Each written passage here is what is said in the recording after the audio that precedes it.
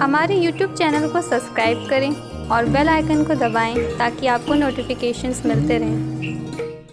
जो भारत का दर्द है, विवेकानंद कह कर के गए कि हर राष्ट्र की एक आत्मा होती है। फ्रांस में आप जाओ, फ्रांस की आत्मा जो है वो विस्तारवाद की है। आप अमेरिका में जाओ तो उनकी आत्मा उपनिवेशवाद की है। आप यदि इंग्लैंड में जाओ तो उनकी आत्मा अधिकारवाद की है। उन्होंने कहा हर देश की एक आत्मा होती है जिसमें वो अपनी आइडेंटिटी महसूस करते हैं, उनको लगता है कि हमारी आत्मा है। उन्होंने कह दिया आप अमेरिका में जाओ और एक सामान्य किसान से पूछो कि साहब नज़दीक का चर्च कहाँ है, तो उसको पता नहीं होगा। और उससे पूछो कि राजनीति, तो वो आपको 2 घंटे का लेक्चर सुनाएगा, मैं रिपब्लिकन हूँ, मैं डेमोक्रेट हूँ। हर व्यक्ति के अंदर घुली हुई है राजनीति। बोले यदि भारत में आप किसान के पास जाओ और उससे पूछो कि आपकी पार्टी कौन सी है, तो हो सकता है नहीं बताए। और उससे पूछो नज़दीक का मंदिर कौन है, आपके भगवान कौन है, तो आपको अच्छे से बता देगा। बोले भारत की आत्मा के अंदर धर्म और अध्यात्म और संस्कृति घुले हुए हैं, और उस आत्मा को लोगों को याद दिलाना हम लोगों का फर्ज है। दोस्तों, आज व्यक्ति भूलता जा रहा है, संस्कृति से कटता जा रहा है, अपने गौरव को, अपने स्वाभिमान को भूलता जा रहा है। और हम ही लोग भारतीय संस्कृति के अग्रदूत हैं। हम ही लोग हैं जिनको भारतीय संस्कृति के गौरव के भाव को जन जन तक, विद्यार्थियों के अंदर, भारत के भविष्य के नागरिकों के अंदर पहुंचाना है। वो उद्देश्य भारतीय संस्कृति ज्ञान परीक्षा का है। तो उसी उद्देश्य को ध्यान में रख करके एक छोटा सा प्रेजेंटेशन है कि भारत ने विभिन्न समयों पर, परम पूज्य गुरुदेव ने पुस्तक लिखी थी समस्त विश्व को भारत के अजस्र अनुदान, कि भारत का जो चिंतन था, यदि आप विश्व के किसी भी कोने में जाएं तो हर जगह पर आपको भारत के हस्ताक्षर देखने को मिलते हैं। अलास्का के बिल्कुल एंड में चले जाएं तो अभी आज से 10 वर्ष पहले उन लोगों ने वहाँ पर एक मंदिर खोजा, भगवान सूर्य का मंदिर है। यदि आप मैक्सिको के कोने में चले जाएं, जहाँ से मैक्सिको की इंकन मायन सिविलाइजेशन की शुरुआत हुई, तो जो पिरामिड है उसके ऊपर जाकर के भगवान सूर्य का मंदिर है।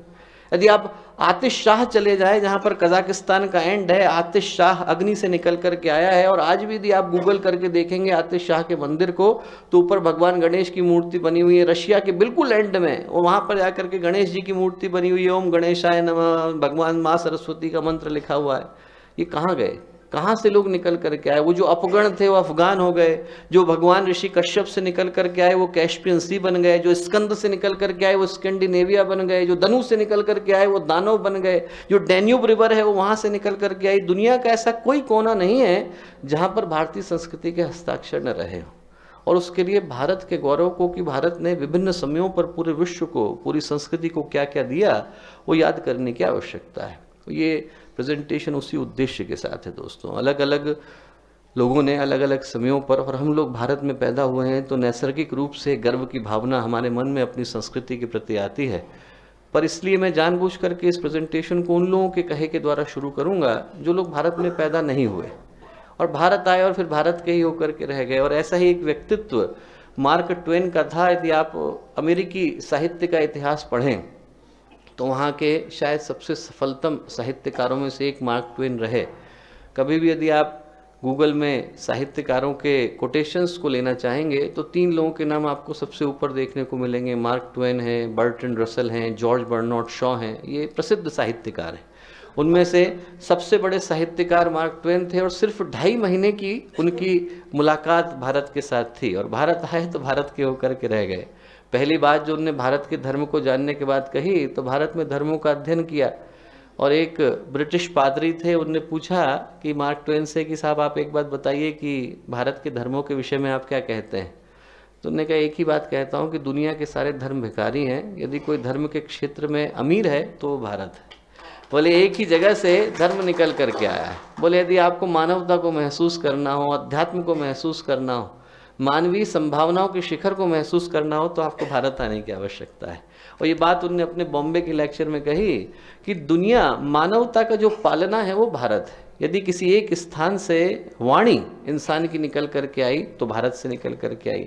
दुनिया का इतिहास जहाँ से निकल करके आया तो भारत से निकल करके आया। दुनिया की विरासत जहाँ से निकल करके आई तो भारत से निकल करके आई। और आज जितनी भी चीज़ों पर मानव गर्व और गौरव करता हुआ नजर आता है वो सारी की सारी चीज़ें भारत के पास से निकल करके आई। दोस्तों, ये मार्क ट्वेन ने कहा, और ऐसी ही बात विल ड्यूरेंट ने कही, एक बड़े प्रसिद्ध, यदि आप लोग फिलॉसफी पढ़ें तो उनकी जो बुक है वो वेस्टर्न फिलॉसफी का फंडामेंटल है। Story of philosophy, story of civilisation, presidential medal उनको मिला, पुलित्जर प्राइज मिला। और बड़े गंभीर चिंतक विचारक दार्शनिक के रूप में जाने गए। एक बात उनने बड़ी प्यारी कही कि भारत जो है वो सारी की सारी मानवीय सभ्यता की मातृभूमि, संस्कृत सारी भाषाओं की जननी। हमें लगता है कि शायद हम लोग कहते हैं इस बात को, पर ऐसा है नहीं। यदि आप लाटविया चले जाएं, लिथुआनिया चले जाएं, हम लोगों ने विश्व का पहला बाल्टिक सेंटर यहाँ पर इसी उद्देश्य के साथ स्थापित किया कि वो भाषाएं पूरी तरह से संस्कृत से निकल करके आई हैं। यदि आप लिथुआनिया में खड़े हों, अग्नि गायत्री नाम कॉमन मिल जाते हैं। बच्चियों के छोटी छोटी जगहों पर नाम अग्नि रखे हुए हैं, गायत्री रखे हुए हैं। सबसे अंतिम देश थे वो लोग जो क्रिश्चियनाइज हुए, और अभी भी पूरी की पूरी भाषा संस्कृत से निकल करके आई है। इसका नाम चक्षुष है, इसका नाम न्यासाज है, इसका नाम मुखाज है, इसका नाम हस्तास है, इसका नाम पादास है, उड़ने वाले का नाम पक्षीज है। सास ससुर सारे संबंध यहाँ से निकल करके आए। अंग्रेजी में ऐसा नहीं है। अंग्रेजी में भाई बहन सब एक ही रिश्ते होते हैं, एक ही जैसे। आपने एक बार अंकल कह दिया तो सब एक तरफ के अंकल हो जाते हैं। उनके यहाँ ऐसा नहीं है। लिथुआनिया में चाचा अलग है, मामा अलग हैं, बहनोई अलग हैं, भाभी अलग हैं। वो सारे के सारे संबंधों की परंपरा भारत से निकल करके आई।